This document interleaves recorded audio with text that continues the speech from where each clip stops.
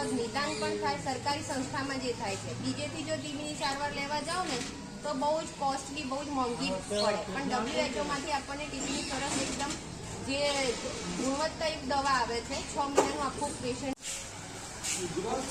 કોઈના પણ ઘરમાં દાદા દાદીના જે કોઈ મોટાના આવતું હોય તમને શીખવાડવાનો મતલબ આટલો જ છે।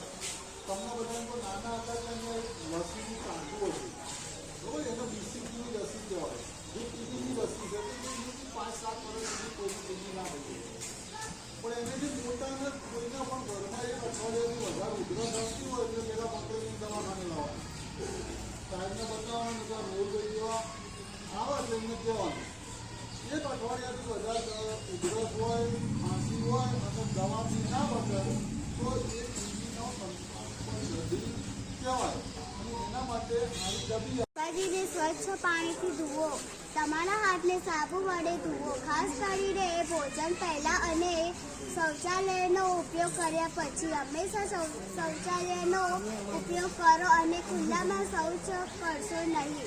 ચપ્પલ પહેરો, તમારી આસપાસ સ્વચ્છતા રાખો।